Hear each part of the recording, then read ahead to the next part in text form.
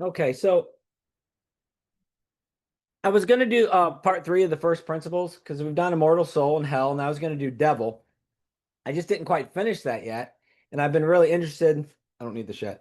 And doing some of the history of Joseph and how it relates to Egypt, archaeology, because I love the archaeology and historical background.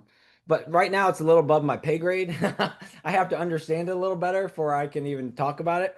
But doing that, I came across some really interesting articles relating to Abraham. Like, there's no archaeological evidence, there's no historical evidence of Abraham, but there ends up being quite a bit that kind of relates back to Abraham. And I found this really interesting. So I thought I would just talk about this because I find it interesting. You talk about what you find interesting. So hopefully you guys will enjoy this. It's kind of a plethora of different things.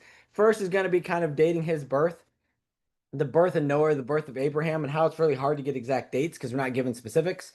And then the second section is astronomy and mathematical expert. There is some not direct data, but some pretty, I think, data that might support that Abraham, not only being a faithful patriarch and the father of three major religions, he might also have been a genius, mathematical, astronomical. There's a lot of historians that actually say that. And we've, within the last 10 years, there's been some archaeological evidence that shows the Neo-Babylonians at the time of Abraham knew all kinds of stuff. They knew trigonometry, they knew advanced calculus, they actually knew orbits, they found the Jupiter and Venus and kind of how it, goes through the sky. So they knew a lot more stuff than we knew, which we actually gave Greeks the credit for 2 to 3 thousand years earlier or later. So it's just kind of interesting, and hopefully you guys will, find it interesting also.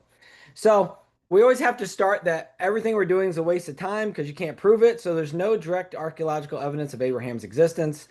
You can look in Wikipedia, you can look in Britannica. Most people think it's of dubious historical value, that the Greeks or the Persians are the ones who really started making this stuff up because they could look back and say, oh, this happened.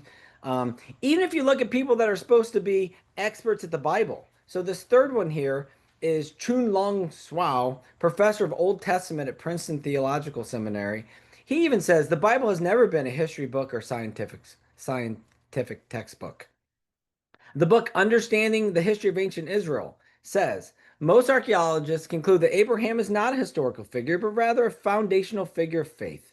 These days, it's quite difficult to find anyone who takes a literal view in the academia. So, all these people are like, this is fake, it can't possibly exist. Given that, though, there is some pretty interesting stuff out there, and the fact that so many people have talked about Abraham through the years, through different sects and religions. So a lot of credits, a lot of different kind of archaeological websites and all that I use for this. So Abraham, father of nations. So first thing I want to start with is the interesting aspects of his birth and why dating is pretty difficult. Not only because we switched calendars, but we're not given a lot of really specific details. So first we go through the chronology that we've been given in the Bible.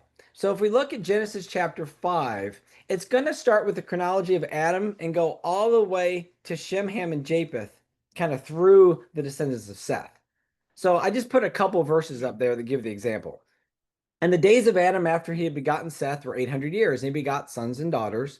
And all the days of Adam lived were 930 years, and he died. So we're given specifics. And Seth lived 100 years and he begot Enos. And then on and on and on. And then suddenly, so we get how old they were, how old were they died, and a specific age when they had a kid. And then we get to Genesis 5:32, and Noah was 500 years old and he begat Shem, Ham, and Japheth. So suddenly now we got three kids, all born in the same year. We lose this specificity for some reason. And we also have Noah, the oldest person in the Bible, to have kids. So it's interesting when we get to these important figures that it's more broad. And we see the exact same thing when we go to Genesis 11. Now we got the chronology from Shem down through Abram. And it's the same kind of thing. These are the generations of Shem. He's 100 years old. He begat Arphaxad 2 years after the flood. And then Shem lived so long, and then his son had kids. And then we get down to verse, I think that's 26, 36. I can't see it on the thing. And Terah lived 70 years and he begat Abram, Nahor, and Haran. So again, it's interesting now we lose this specificity and we suddenly have all these kids born when they were certain years old.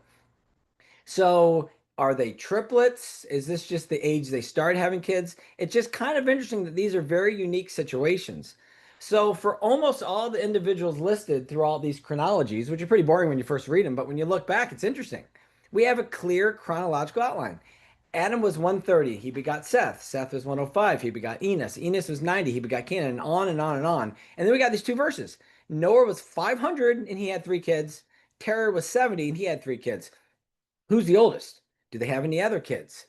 That kind of makes a difference a little bit when you look at birthright, when you look at chronology. And so we're going to look at these a little closer because I thought this was super interesting. This is what got me all excited about Abraham. Like, oh, this is cool. Yeah. So, so if we look at Noah specifically, so we're 10 generations after Adam. And then, of course, Abraham is 10 generations after Noah. So we have this kind of similarity between them. So Genesis says that Noah became the father of three sons named Shem, Ham, and Japheth. That's all we're told about Noah. Whether he had kids pre-flood, we're not told that. If he did, they died. Whether he had kids after they left, we're not told that. There's different historians that claim Noah had 30 kids after the flood, and they give them names, and we just don't know. We don't know that at all. All we're told is Noah had three sons at 500, and there's no other he begot other sons and daughters, which is with almost everybody else. They have these people and then begot sons and daughters. We're not told that about Noah. So after the flood, when Genesis lists the people who repopulated the earth, Noah's a name given, but then it's specifically Shem, Ham, and Japheth. So it kind of implies, at least, that the whole world now is populated by the progeny of Shem, Ham, Japheth, and their kids. Whether Noah and his wife had kids, we don't know. It's not really specifically told to us. But we are given some clues as far as birthright. Did he have all three together? Well, Noah was 500 years old and he begat Shem, Ham, and Japheth. And they're always listed in this order in the Bible. So he's the oldest person in the Bible that we're told that had kids. And then when he was 600 years old, the flood of waters was upon the earth. So 100 years after he has these three kids, we have the flood. And the flood, maybe about a year or so with the waters and all that. So let's guess we're about a year in the flood. And then we go to Genesis 11:10. These are the generations of Shem. Shem was 100 years old and he begat Arphaxad 2 years after the flood. So just doing a little bit of math, Noah must have been 501, 502 when he had Shem. Because if he was 100 years old 2 years after the flood, and maybe the flood lasted a year, Noah clearly wasn't 500 when he had him. He was 50 something, 1, 2, 3. So we know Shem wasn't the firstborn. If Noah started having kids at 500, Shem shouldn't have been the firstborn. I mean, logically looking at this. Then we go to Genesis 9:22. And Ham, the father of Canaan, saw the nakedness of his father and told his brethren. And Noah awoke from his wine and knew what his younger son had done unto him. So now we have a clue. Well, maybe Ham is the youngest of one of them, if not both of them. So we kind of get a little idea of the pecking order here. And then Genesis 10:21, and to Shem also, the father of all the children of Eber, the brother of Japheth, the elder, even to him were children born. So we get a little bit of clues that these guys weren't all born at the same time. Maybe at 500 and on, Noah starting having kids. So I just stole this from an internet site, and I think I'm blocking where I'm giving it credit. But this seemed to make sense to me. Shem was likely not the oldest, but he's the most significant. It seems like in the Bible, the most significant one is going to be the one that goes first. So if Noah's commanded to build the ark at 480-ish, Japheth is probably the oldest. Let's say around 500 something Japheth is born. Then Shem comes a couple years later because we know when his firstborn. And then Ham, we don't know. They say anywhere from 504 to 580 because we're not given specifics. We just know he's the youngest. So it should be Japheth, Shem, and Ham. But because of the significance of the bloodline to Christ, it always is switched up in the Bible. So it's kind of interesting. And you have to almost dig this out because it's not told. For some reason on these important lineages, we're just kind of told they have a bunch of kids starting at this age. So I don't know why that is, but I think it's pretty interesting. So then let's go back to Abram because we're seeing a similar scenario, but we're not even given as many details to clue us in. So in Terah, which is the father of Abraham, lived 70 years, and he begat Abram, Nahor, and Haran. Who was the oldest? How old was Terah when Abram was born? All these are interesting because if you want to put a date down on some of this stuff and guess how Abraham's life compares to archaeology, historical data, we got to have an idea. And we have an idea, we just don't have an exact idea. And this is why they're not very specific. And so for all we know, Abram, Nahor, and Haran were triplets, Who's to say? But what do we know? Well, there's historians that tell us stuff. Josephus pretty much sticks with the Bible. He says Terah begat Abram in his 70th year. He also asserts Terah died when he was 205. And so that just kind of follows the Bible, and there's not a whole lot else written about that. We have other historians, Philo of Alexandria, first century Jewish philosopher, same thing.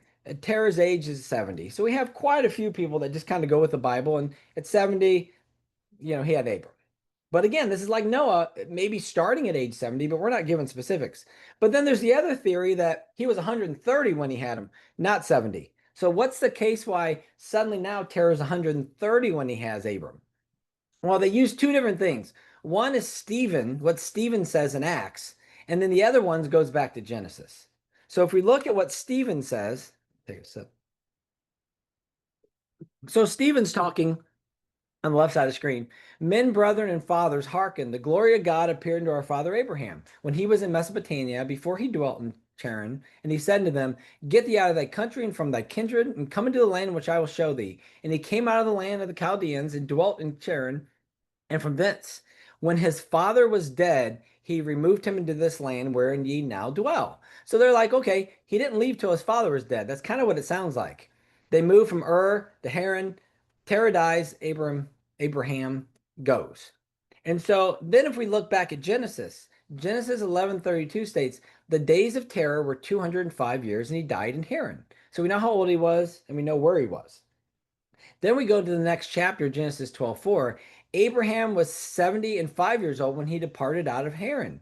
So if we put these together, Terah was 205 when he died. He died in Haran.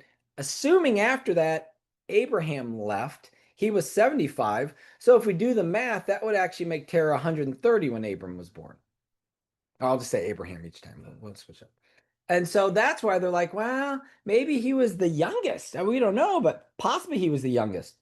But that's a significant difference between 70 and 130. There's different Catholicism, Catholic commentaries that try to say the same thing. If Abram was Terah's eldest son, then as Abram was 75 years of age when Terah died, Terah's whole life could have only been 145 years. But Terah lived at 205, so therefore Abram had to have been born in his 130th year. So they're just kind of doing the math the opposite way. They're saying he must have been 130 years old. So you've got these, well, the Bible says 70, but we don't know. And then we've got these other things that kind of allude to, well, he's probably 130 when he had him if we do the math. But then we go into Abraham's own account. So if we look at Genesis 17:17, when he says he's going to have a kid, and Abraham fell upon his face and laughed and said in his heart, Shall a child be born to him that is 100 years old? And shall Sarah that is 90 years old? Well, that's kind of weird if his dad was 130 when he had him. So it's like, so I don't know how to take this, but it's kind of interesting. Who knows? He's probably between 70 and 130. But that can make a little bit of difference as far as what time period we're talking about with Abraham.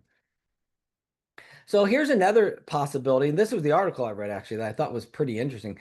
Some of the Jewish community thinks Haran actually didn't die in that Terah didn't die in Haran right away. He actually stayed there. Abram left and he died later. And so this is what I thought was interesting. So now I'm getting to my point. So if we look at Genesis 11:31, sticking with that 70 years old, and somewhere around 70, he had Abraham. And Terah took Abram his son, and Lot the son of Haran, his son's sons, and Sarah his daughter-in-law, his son Abram's wife, and they went forth from the Ur of the Chaldees into the land of Canaan, but they came into Haran and dwelt there. So we kind of know this. One, we're not told why Terah led his family. We're told Terah took his family out, not that Abraham was called yet. So Terah takes his family. He forgets one of his sons for whatever reason. Does he not want to go? You know, Abraham's father went only as far as Haran, electing to stop and dwell there. So we don't know why exactly, but we know we're leaving. And they give some interesting clues of what they think might have happened. So this is just I stole it from the internet. So they're in Ur of the Chaldees, which we'll find out. This has been, everybody said it didn't exist. And then, of course, Sir Woolley excavated it and found all kinds of stuff that proved it exists at the time of Abraham. It was probably the biggest, most powerful city in the world at the time, actually.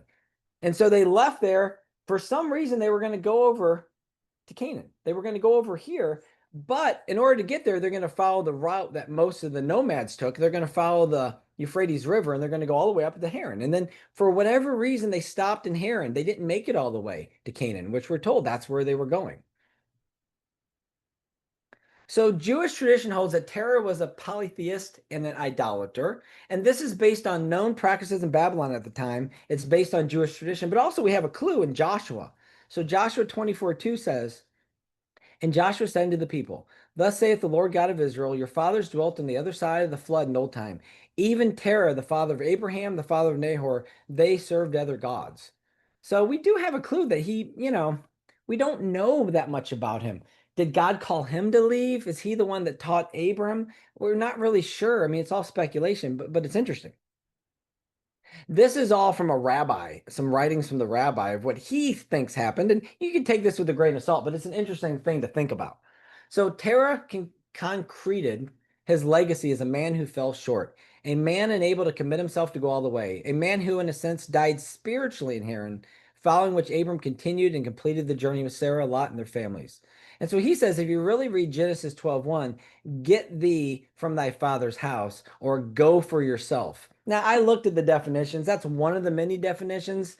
It's an interesting take. I don't know if it only means go yourself, but there is some individual implications to that. There's late drawings. This is illustrated, this particular one, Ivan the Terrible in 1560, and it actually shows Terror with his idols and Abraham departing on his own. So what they're saying is it possible, so we can fit this close to 70 years, that Terah was spiritually dead? Maybe he was called, maybe the whole family was called, but he was so much into idol worshiping that he just didn't go all the way. He went to Haran and that was it. That's what stopped him. We don't know, but it's interesting and it's possible. So some more of this is what was the age of Terah when he was begotten, 70 or 30. So this is a direct article. So I got a couple quotes from them. If one looks carefully, there is subtle indication that Terah had died sometime after Abraham entered the land of Canaan. So if we go to Genesis 23:1, we know Sarah died at 127, and Abraham was about 10 years older than Sarah. So at this point, Abraham was about 137 when Sarah died. She died before him. Prior to Sarah's death, news came from Haran concerning the family of Nahor. So if we read Genesis 22:20 through 24, we get that news, and I'll pull that up because it's not as specific as they make it sound. It sounded really good. I'm like, oh, this is awesome, until I read the verses. I'm like, oh, I don't know if I really buy this, but I find it interesting. So Genesis 22:20 through 24. Okay. And it came to pass after these things, it was told Abraham, saying, Behold, Milcah, she hath been born children unto thy brother Nahor. So here's Nahor again out of nowhere. Huz his firstborn, and Buz his brother, and Camel, the father of Abram. And it just goes on and lists and lists and lists these different people that were born to Nahor. Um, so what they're saying is the indication that the news which came as a result of a message being sent from Haran to Abraham came also because the family was sending news of the demise of Terah. Now, it doesn't say that, but suddenly out of nowhere when he's 137, oh, hey, by the way, here's all the descendants of your brother. This is how he's doing. Here's his kids. Why does it take, you know, multiple decades to get that? Well, they say it does seem strangely suspicious that just prior to 137 years old, Abraham received a lengthy update from Haran about the state of his family, including news of numerous children born through the decades. What could have prompted the sending of such otherwise sorely belated news at this particular time? Could it have been an update spurred by the death of Terah? We can only speculate. Nonetheless, the timing is interesting. What they said with the timing is, if you figure how long it would take them to get there with this news, Abraham was 135 or 136. We know Terah died at 205, so that would put Terah at about 70 when Abraham was born. So it's just kind of interesting. It's another way to look at it, and this is kind of the big Jewish thing that maybe his father was more into the idolatry or just couldn't go all the way or just really couldn't put himself into it as much as Abraham. We don't know. And where did Abraham learn all this stuff to be so holy and to follow God? He had to learn from somebody. And so you assume his father was at least half and half if this is correct. So I just thought that was kind of interesting to think about. So if we look at the timeline, they really get into, well, we're never told Abraham talked to Noah or talked to Seth. Well, yeah, we're not told a lot of that stuff, but a lot of it's implied. So if Abraham was born to Terah at around 70 plus or minus, he would be on the scene with Noah for about 60 years. So plus or minus 50, 60 years, he would have been alive with Noah. Either way, if he was born at 70 or 130, he was alive during the lifetime of Shem. So that would make a lot of sense if we put Melchizedek as being Shem. It historically fits really nice in the timeline. So either way, it doesn't make a whole lot of difference, but it's just kind of interesting that that works out, especially with the Melchizedek. Your picture up. Yeah, Yeah, yeah. there we go. Thank you. Get that up out of the way. Ah, Even worse. there we go. Yeah, so on this particular one, you got Noah dying, according to them, 2006, and you got Abraham being born 2008. So it's really close either way you look at it. Yeah. All right. So enough of that. I think it's interesting, but I'm moving on.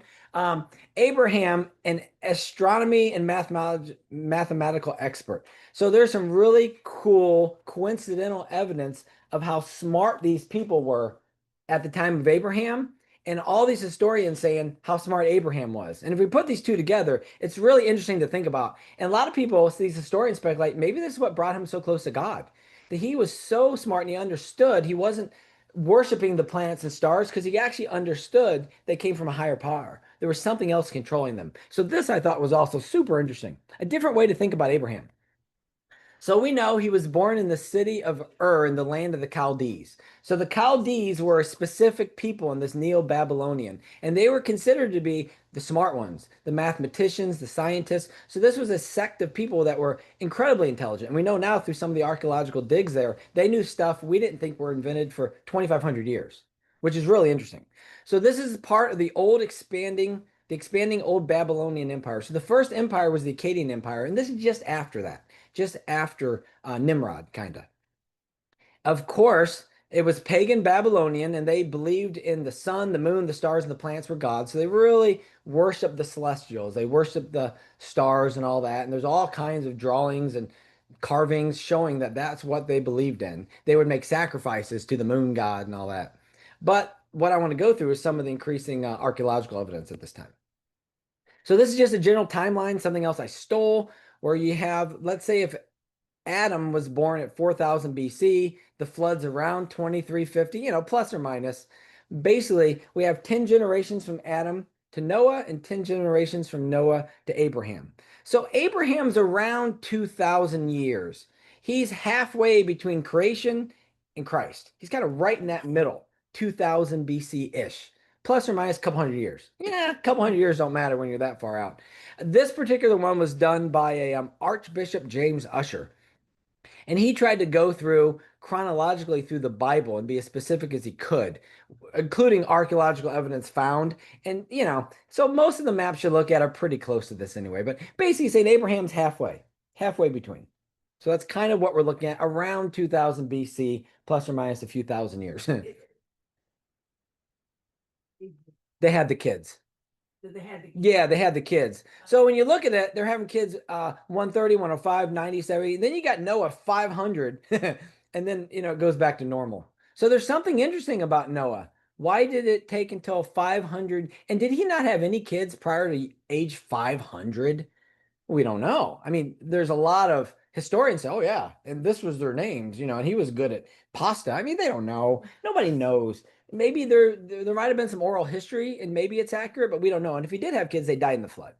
And if he had kids afterwards, we're not told.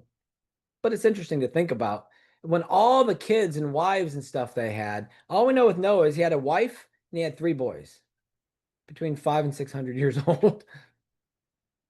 So the Akkadian dynasty or empire was the first empire. When Blake studied this in school, it's like the first world empire is the Akkadian Empire. And this took place like 24 to 2200 BC. So this is slightly before Abraham. Take your picture off. Oh, wait, now you don't want my picture. I mean, just take it off. There we go. Yeah. So if we read in the Bible from Genesis 10, and Cush begat Nimrod, and he became to be a mighty one in the earth. He was a mighty hunter before the Lord. Wherefore it is said, even as Nimrod, the mighty hunter before the Lord. And the beginning of his kingdom was Babel and Erech and Akkad and Calnea, whatever, and the land of Shinar. So the land of Shinar is this Mesopotamia area that we're going to be talking about. So most people say Sargon is the same as Nimrod, who is what, the great grandson of Noah. Noah, Ham, Cush, Nimrod. So we're not that far out now. And he's kind of the first great hunter, great warrior. There's a victory stele of Sargon. There's a lot of archaeological descriptions and even carvings of this Sargon. And most people say this fits perfectly with Nimrod from the Bible.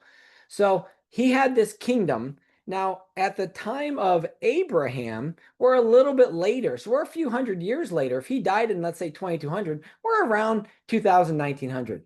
So at the time, there's no one big kingdom, there's these separate areas.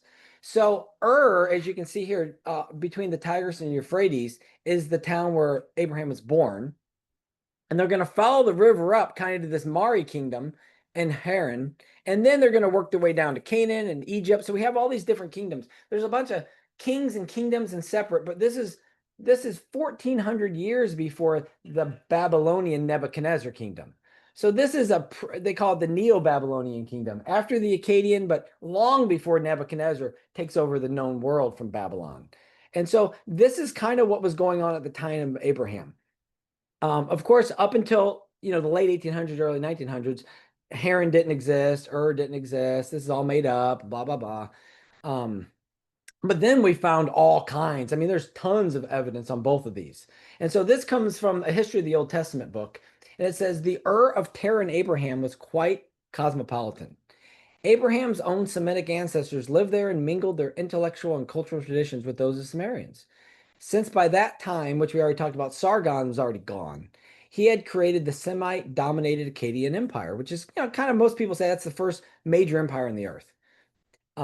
Abraham was most certainly bilingual, commanding both Sumerian and Akkadian languages. I mean, we don't know that, but it's kind of interesting.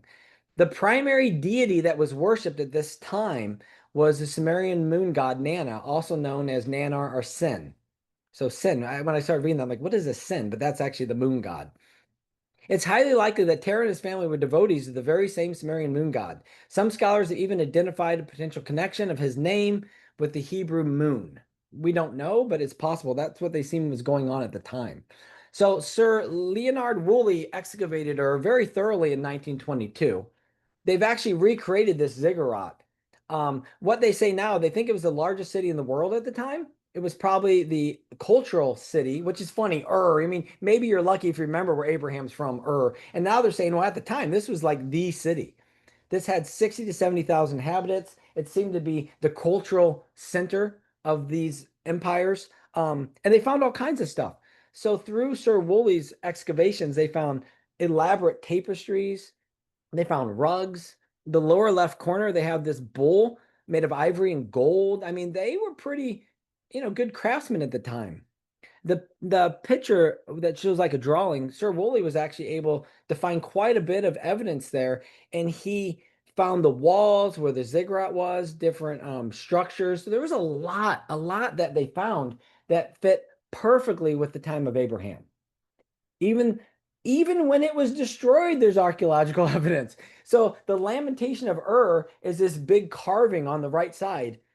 And this talks about the city of being taken over. So was destroyed about a century after Abraham left by the Elamites, bringing to end the famous III dynasty, somewhere around 2000 BC. We don't know. Fall was recalled in a cuneiform tablet called the Lamentation for So, I mean, there is tons of evidence that this place existed. Now, nobody denies it. You read anything before about 1920, like it didn't exist. And now, like, well, yeah, obviously it existed. It just, maybe Abraham didn't exist. I mean, it's hilarious. It's ridiculous. So here we have again Now they say is about 200 miles off the coast, but at the time of Abraham, they think the water was much closer. It was actually a port city right between the Tigris, Euphrates, and the Persian Gulf. So this was a major port hub. And then, of course, we follow the path that he likely took up to Haran. For some reason, they stopped, or at least his father stopped. And then as we work down, you can see sort of what was controlled by Canaan, what was Egyptian, what was Goshen. I mean, just kind of the different areas and maybe who was controlling it at the time of Abraham. I just thought it was kind of interesting to see all these different rulers. Then we look at Haran. Same thing, didn't exist. Maybe it was a different city. And then, of course, they found all kinds of evidence when they started looking in the area. So Haran, they said, also had the same Neo-Babylonian pagan beliefs. they say besides worshiping of the sun moon god, this was probably the second biggest city for the same type of worship. All kinds of evidence and inscriptions and tablets talking about this sun god, this moon god. And so Haran's talked about quite a bit. We already talked about that's where they went from Ur to Haran. That's where Terah died. Abraham was actually called from Haran. At this point, we know, at least we're told, that he's called from God. So maybe his father, they were called before, we don't know, but he's definitely called at this point, and he moves down from there. And then it's also where Jacob goes back to live with Laban for 20 years. So this is where Rachel and Leah and all grew up and lived. So he was there for 20 years in this exact same city of Haran. So this is mentioned quite a bit throughout the Bible. And there's all kinds of evidence also. So that, again, nobody's really denying it now, where it was at, right, where it was described, and all kinds of archaeological evidence, which is really fun.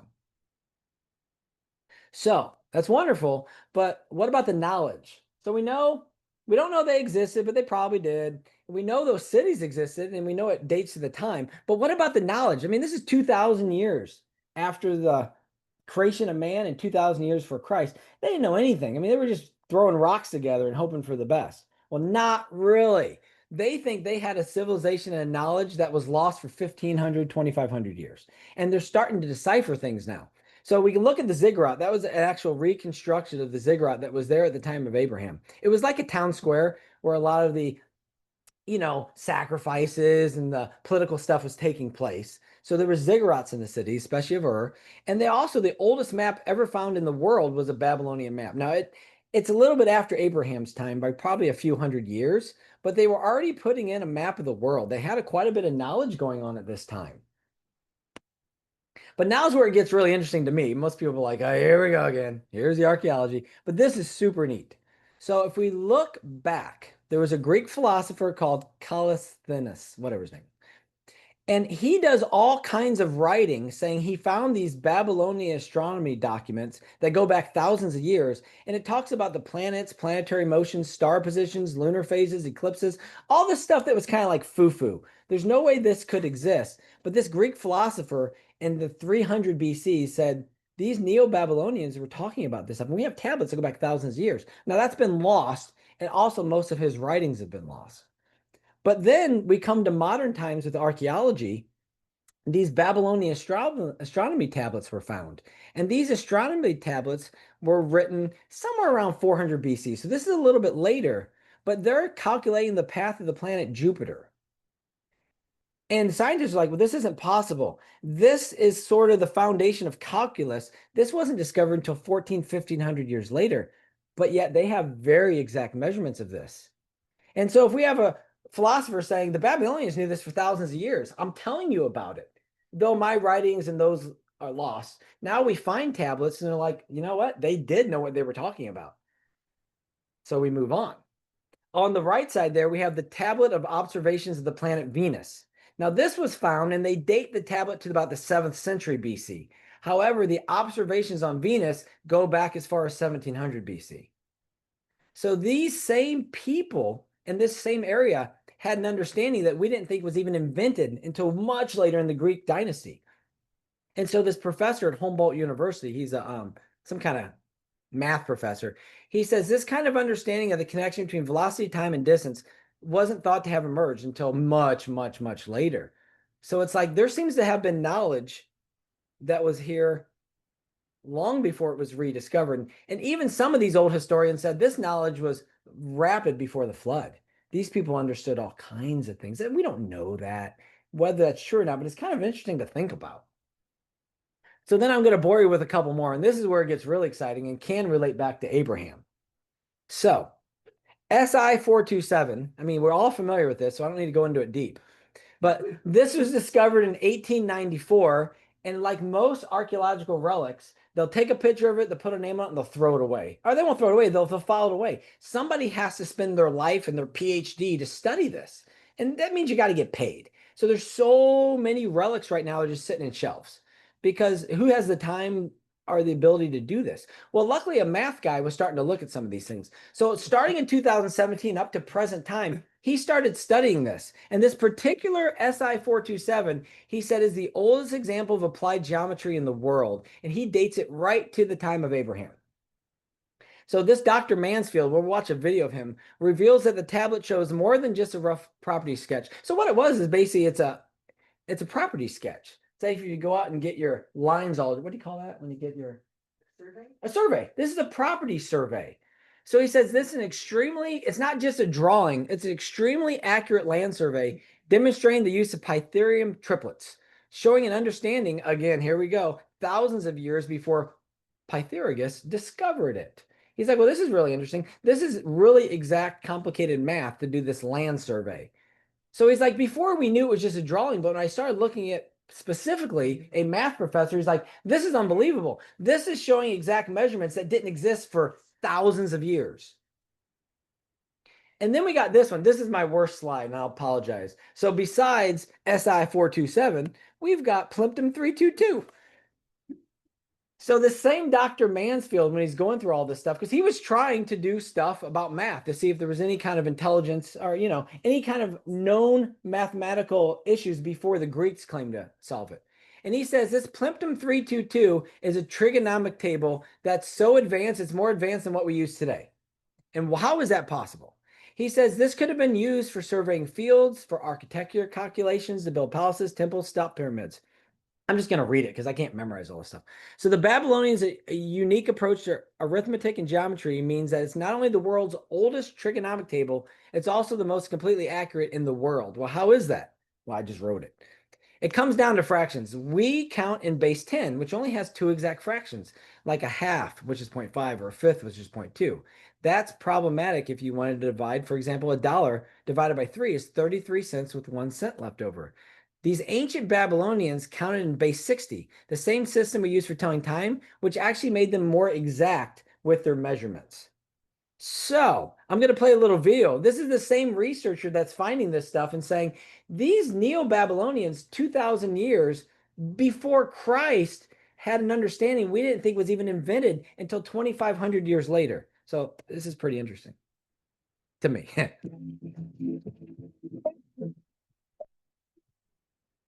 Sometimes the most amazing discoveries are hiding in plain sight. I've come halfway across the world to Istanbul to study a small clay tablet that's almost 4,000 years old. We've known of its existence for a very long time, but it's only now that we can reveal its true purpose. I believe this is the oldest example of applied geometry in the world. It's a discovery that will completely change the way we view the history of mathematics, and it's been kept safe right here in the Istanbul Archaeological Museum for decades. This remarkable tablet dates from the Old Babylonian period, 1900 to 1600 BC. It tells us legal and geometric details about a field that's being split after some of it was sold off. This is SI 427. It's the only known example of a cadastral document from this time. In other words, a plan of a field used to articulate real land boundaries. On the surface, an interesting historical artifact. But I've found that there's much more to this tablet. Good boundaries make good neighbors. And what this tablet shows us is that Babylonian surveyors were very good at constructing mathematically precise boundaries. What's extraordinary here, what's been right in front of us for over 100 years, ever since it was dug up, is that this tablet shows us exactly how they did it. One simple way to make perpendicular boundary lines is to use something called a Pythagorean triple, a special kind of rectangle that ensures the sides are genuinely perpendicular. This is an important object to the ancient surveyors because the sides of the rectangle can then be extended by sight into perpendicular boundary lines. This proves that our Babylonian surveyor had a rock-solid theoretical understanding of the geometry of rectangles and right triangles and used it to solve practical problems. One of these rectangles is very interesting. It was cut in half to make a right triangle and then resized to match the length of the sloping boundary of the field. But resizing a Pythagorean triple to match another object was very difficult for these ancient surveyors. It's a mathematical problem we think inspired the creation of another remarkable tablet from the same period. My earlier research proposed that another tablet, Plimpton 322, is a trigonometric table of some kind, but until now we didn't know what problem it helped solve. This new evidence makes its purpose clear. It's a comprehensive list of Pythagorean triples and the information that a Babylonian needed to resize them. The surveyor who made SI 427 might have had 3 or 4 of these triangles hanging on the wall, just like we'd hang a hacksaw or a hammer, and select the one that best matches the slope of the field. Then extend it out to match the field's length. Extending these shapes is not as easy as it sounds because of the Babylonian number system. But Plimpton 322 gives us all the information we need to make these calculations. This new discovery unearths the purposes of both tablets, Plimpton 322 being the theoretical solution for the practical problems that the surveyor encountered from SI 427. I really can't stress enough how important these tablets are, both mathematically and historically. They represent a practical application and theoretical understanding of geometry that was massively advanced for the time. Which makes me wonder, what other discoveries are out there hiding in plain sight?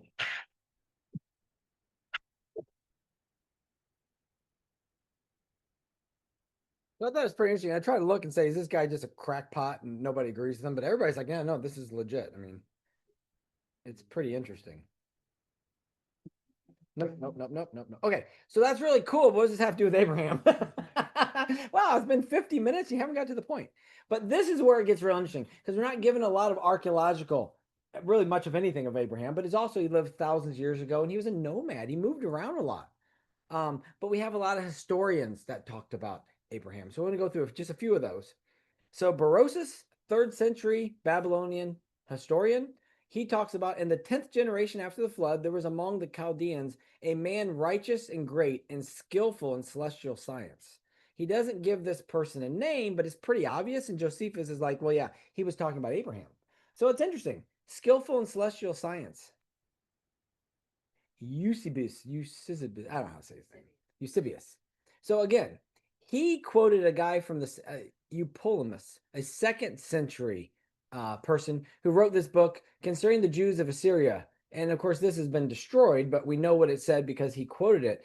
And this Eupolemus says, Abraham surpassed all men in nobility and wisdom, who was also the inventor of astronomy and the Chaldaic art, and pleased God well by his zeal towards religion. So we know about the religion, but it's interesting that all these old historians talk about this genius sort of Abraham that really knew the astronomy and knew mathematics. Clement of Alexandria has this hymn.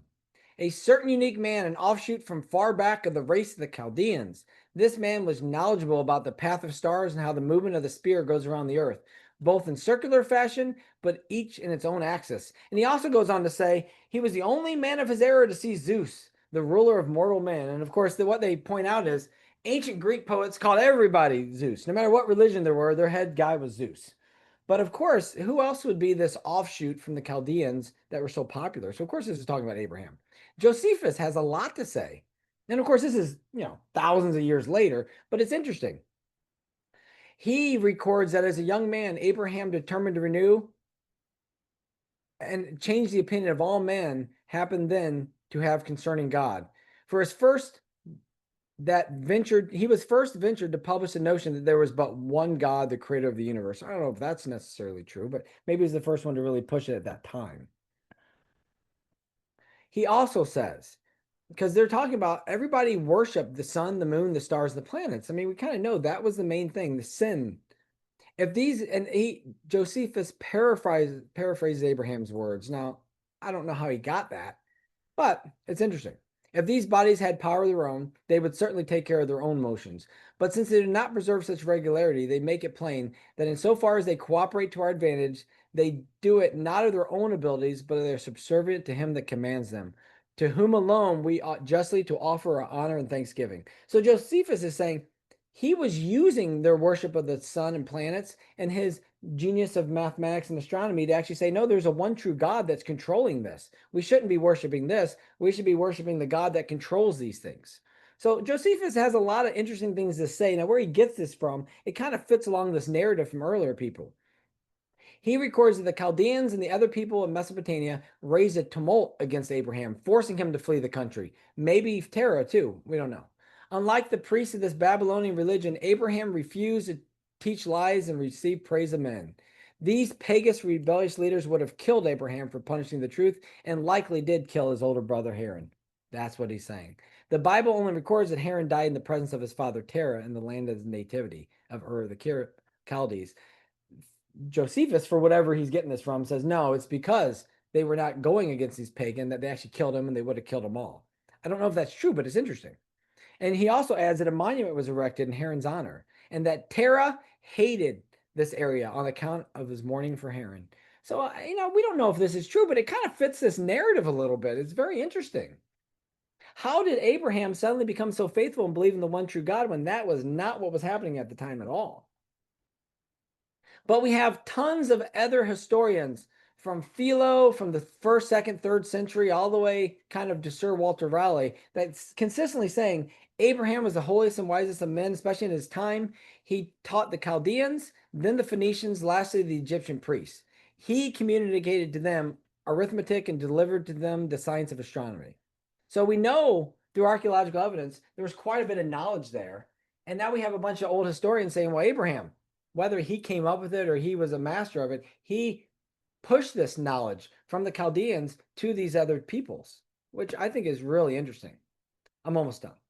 So how does this change how we read Genesis 23? So we only have one little account of Abraham buying land in a cave when his wife dies.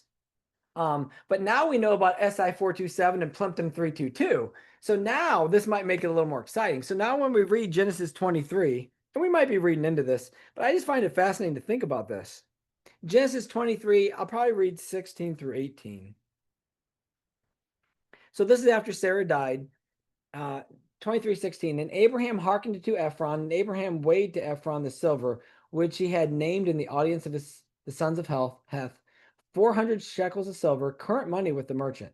And the field of Ephron, which was in Machpelah, which was before Mamre, the field and the cave which was there, and all the trees that were in the field that were, and all the borders round about were made sure. And Abraham for a possession in the presence of the children of Heth before all that went in the gate of the city.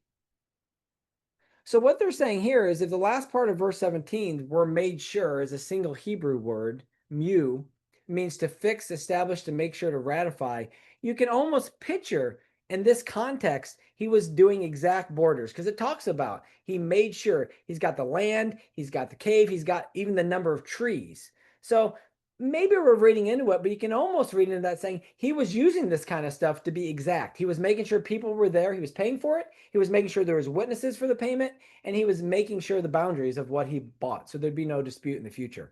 And so if we look at the archaeological evidence and historical evidence, it's like that's kind of neat that he might have actually been using some of this stuff at the time, and maybe he was a master of so many things. I just found this really, really quite interesting. So we know he's the righteous, faithful patriarch, the father of, three major religions. We see through multiple complementary historical accounts that he was likely very smart with a lot of these sciences. And a lot of people seem to claim he took this Chaldean knowledge, which was supposedly the top knowledge at the time, and passed it on to the different people, all the way down to the Egyptians. And so it just makes me wonder, he left the comforts and riches of Ur, supposed to be the most powerful, richest area city in the world at the time, that was all Babylonian as far as pagan beliefs, and somehow he knew of God, he learned of God, and probably through his knowledge of science it even further empowered him. And for it says in Hebrews, for he looked for a city which hath foundations, whose builder and maker is God. So I don't know, I just think this makes him even more of a powerful figure, that he kind of used science maybe to try to influence other people and to really instill his own faith. So that was kind of an interesting historical take on Abraham I haven't myself heard before. So